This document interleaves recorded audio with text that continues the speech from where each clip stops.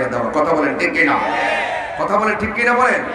এটা ভাই কই দাঁড়ান, এদিকে সামনে কথা আছে, সামনে দাঁড়ান। এত সহজ না ওয়াজ, ওয়াজ প্র্যাকটিক্যাল বুঝাইতে হবে।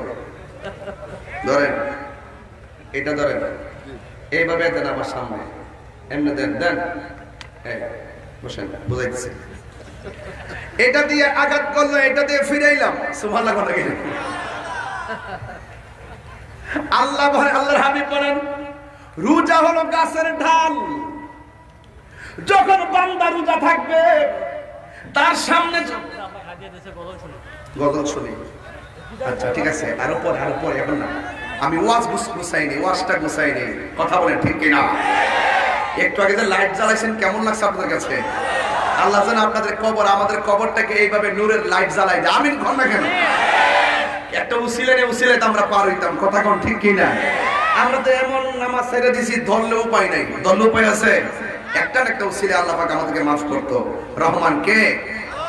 আমাকে ভাই, বাবু ভাই এটা দিয়ে আঘাত করছে, আমি এটা দিয়ে ফিরেছি নাকি? আল্লাহর হাবিব বলেন, আস-সাওমু জুন্নাতুন, রোজা হলো গাছের ডাল। যখন একটা বান্দা রোজা রাখবে, রোজা রাখার পরে তার ভিতরে একটা মমতা বোধার মায়া সৃষ্টি হয়। কথা কোন ঠিক কিনা? একটু জবানটা খুলে বলুন ঠিক কিনা? যখন বান্দা রোজা থাকবে, তখন বান্দার সামনে মিথ্যা কথা আসলে সে বলবে আনা সায়েম, জিনা আসলে সে বলবে আনা সায়েম, সুদের কারবারি কথা আসলে বলবে আনা সায়েম, ঘুষের কারবারি কথা আসলে বলবে আনা সায়েম, গালি দেওয়ার প্রশ্ন আসলে বলবে আমি আনা সায়েম, ঝগড়া করার কথা আসলে বলবে আনা সায়েম।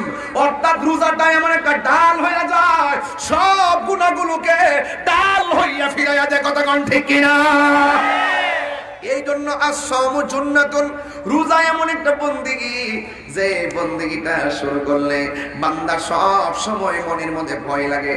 একটু পানি পান করতে গেলে কয় আনা সায়েম, একটু খাবার খাইতে গেলে কয় আনা সায়েম, একটু অন্যায় করতে গেলে কয় আনা সায়েম। শুধুমাত্র দেখেন এই যে একটা সেঞ্চুরি মুহূর্ত হয় একমাত্র রোজার কারণে। এই জন্য আমার নবী রোজাকে ঢালের সঙ্গে তুলনা করেছেন। ঢাল যেমন করে তলোয়ারের আঘাতকে ফিরাইয়া দেয়, গুনাহগুলোকে এই রমজানের রোজা ডাল হইয়া গুনাহগুলোকে ফিরাইয়া দেয়। জোরে জোরে কে সুবহানাল্লাহ বলা যাবে না? শুধুমাত্র তাই নয়, কষ্ট হচ্ছে আপনাদের? শুধুমাত্র তাই নয়, এই মুহূর্তে যদি রোজার কিছু কথা না বলি, রমজান কিছু না বলি, তাইলে আমার হক আদায় হবে না। কথা বলেন ঠিক কিনা? এই মুহূর্তে যদি না বলি, বলবো কোন সময়? এটা কি আমি কি জিলহজ মাসে এসে বলবো? এই জন্য ওয়াজটাও তাদের সঙ্গে মিলিয়ে মিলিয়ে করতে হবে। 12টা মাসে যদি 12টা মাসের যে যে ঘটনাগুলো আছে, প্রত্যেকটা ওয়াইজ যদি শুধুমাত্র এক একটা চাঁদের তারিখ খেয়াল করে করে কথা বলতো, তাহলে এই মাঠ আরো সুন্দর হয়ে যেত। কথা বলেন ঠিক কিনা? আমরা শুধু আইসা উল্টা পাল্টা বলার চেষ্টা করি না, এইভাবে না।